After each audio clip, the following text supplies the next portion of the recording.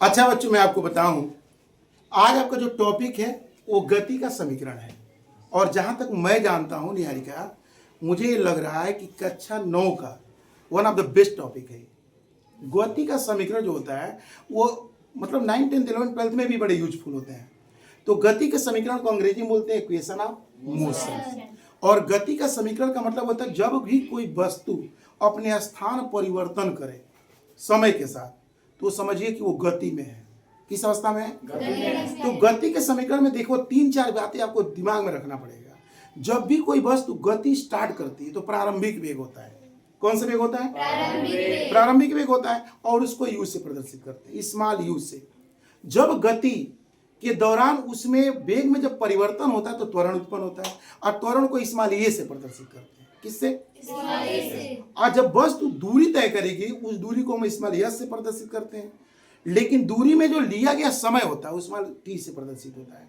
लेकिन जब गति के दौरान जब उस वस्तु की अंतिम वेग होता है तो उसको स्मॉल वी से प्रदर्शित करते हैं। ठीक है, तो जैसा कि आप देख रहे हैं कि मैंने लिखा है कि यदि कोई वस्तु एक समान सरल रेखा में, सरल का मतलब होता है स्ट्रेट, सीधी रेखा में, अगर सरल रेखा में गति करती है तो इसके प्रारंभिक वेग जैसा कि मैंने आपको बताया स्मॉल यू से प्रदर्शित करते हैं। ठीक है, ठीक है। तथा त्वरण स्मॉल ए से और समय स्मॉल टी और चाल स्मॉल यस तथा अंतिम वेग स्मॉल भी को मान इनके बीच ए में, टी में, यस में, भी में और यू में एक समीकरण बनाया जाता है, पारस्परिक संबंध बनाए जाते हैं। इसी को हम लोग क्या कहते हैं? गति का समीकरण। और गति के समीकरण संबंधित बड़े न्यूमेरिकल बनते हैं, बड़े आंकिक प्रश्न बनते हैं। जैसा कि अब मैंने इस संबंध को बताया, अब इस संबंधों में जिसे गति का समीकरण कहते हैं आपने देख ही लिया। लेकिन ये गति के समीकरण मुख्यतः 3 प्रकार के पड़ते हैं। गति के समीकरण जो होते हैं, ठीक है बच्चों, गति के समीकरण 3 प्रकार के होते हैं। कितने प्रकार के? 3 प्रकार के। 3 प्रकार के होते हैं। जैसा कि मैं सबसे पहले आपको लिख के बता दूं, पहला होता है v बराबर u प्लस एटी। बहुत अच्छा। दूसरा जब लिखेंगे हम तो दूसरा होता है यस बराबर बहुत अच्छा, यस बराबर U T plus half eighty का स्क्वायर। और तीसरा जो होता है v स्क्वायर बराबर यू स्क्वायर प्लस 2a। देखो बहुत ही इंपॉर्टेंट है। पहला समीकरण आप देख लें, v बराबर u प्लस एटी। दूसरा होता है यस बराबर U T plus half eighty का स्क्वायर। और तीसरा होता है v square you square plus 2as। ये तीनों समीकरण रेखीय गति में होते हैं, सरल रेखीय गति में। लेकिन इस समीकरण में थोड़ी सी चेंजिंग की जाती है। कितना? थोड़ी सी। जैसे मान लेते हम जब पृथ्वी की गति के यानी कि जब हम सरल रेखीय गति में किसी सड़क पे चलते हुए वाहन की गति, मनुष्य की गति, रेलगाड़ी की गति जब पढ़ते हैं, बस की गति, तो ये समीकरण लगते हैं। लेकिन अगर कोई बॉल गेंद मान लीजिए हवा में उड़ रहा है, पतंग उड़ रहा है, वायुयान उड़ रही है, उस समय हम गुरुत्व के अधीन गति पढ़ते हैं। किसके अधीन? समझ में आ रहा जी साहब ना? गुरुत्व के अधीन गति पढ़ते हैं। गुरुत्व के अधीन गति में कोई नया चीज नहीं है, सिर्फ 2 लेटर्स का परिवर्तन हो जाएगा।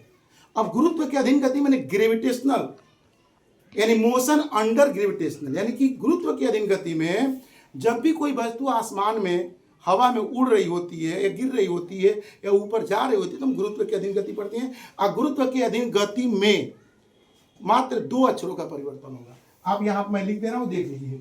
अगर गुरुत्व की अधीन गति में, गुरुत्व के अधीन गति में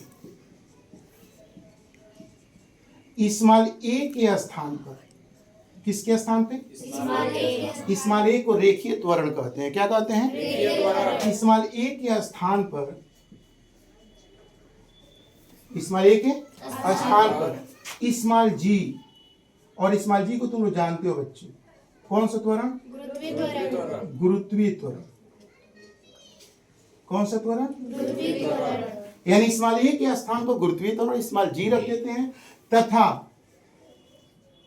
इस्माइलियस, ये दूरी चाहे विस्थापन कर सकते हो, मैंने दूरी के स्थान पर, इस्माइलियस के स्थान पर, इस्माइलियस के स्थान पर इस्माइलियच। अब इस्माइलियच का मतलब हो गया ऊंचाई। इस्माइलियस के स्थान पर क्या लिख दिया? अच्छा खुद सोचो, जो त्वरण इस्माइल ये चल रहा था, ये पृथ्वी के हमने किसी गाड़ी वाहनों के लिए लगाया था, अभी गुरुत्व के अधीन गति में हमने जी लगा दिया, और यश के स्थान पर यश क्यों रख रहे हैं? आप इस मार्कर को देख सकते हैं, ये मार्कर है। अब ये देखिए लंबाई है, एक तरफ से इस तरफ से कर देखते हैं कि यहां से लेकर यहां तक एक दूरी है, लेकिन जैसे इस मार्कर को सिमरन, जैसे इस मार्कर को मैंने वर्टिकल लाइन में किया, ये क्या हो गई? ऊंचाई हो गई ना, ये तो हाइट हो गई।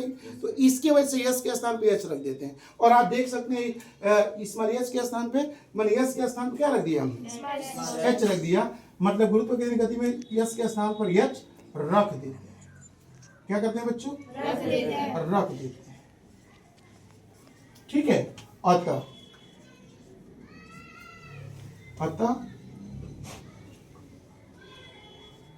गुरुत्व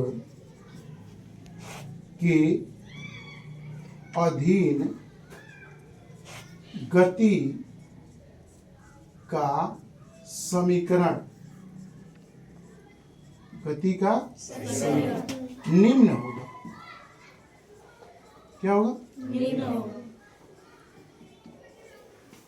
बस जो आपको मैंने समीकरण ये लिखा हुआ है, ये समीकरण लिखा है ना मैंने आपको, इस समीकरण में जहां ए होगा वहां जी रख देंगे, और जहां यश होगा वहां क्या रख देंगे? स्मॉल यश रख देंगे। और आप देख सकते हैं समीकरण नंबर 1 पहला होता है v बराबर u प्लस AT होता है, तो v बराबर u प्लस क्या लिख देंगे? ठीक ना बच्चों? राधा तुमको दिखाई दे रहा है? बहुत अच्छा। दूसरा जो समीकरण होता है यश बराबर ut प्लस हाफ AT होता है, तो यश की जगह पे हम एच रख देंगे, एच बराबर ut प्लस हाफ GT का। और रही बात तीसरे समीकरण की, तो जो तीसरा समीकरण होगा वो हो जाएगा v स्क्वायर बराबर u स्क्वायर प्लस 2gh। अच्छा बच्चों, इसमें कोई दिक्कत? बताओ त्रिशा, क्या नाम है तुम्हारा? लाली। लाली एकदम दिखाई नहीं दे रही साहब, तो तुमको अच्छा लग रहा नहीं है? yes, देखो बच्चों, इसी तरीके से आपको पढ़ना है, एकदम ऐसे आपको पढ़ना है कि आपको याद हो जाए। ठीक है? yes, तो आज का क्लास बस इतना ही, फिर अगले क्लास के लिए हम आपको नया वीडियो बनाएंगे।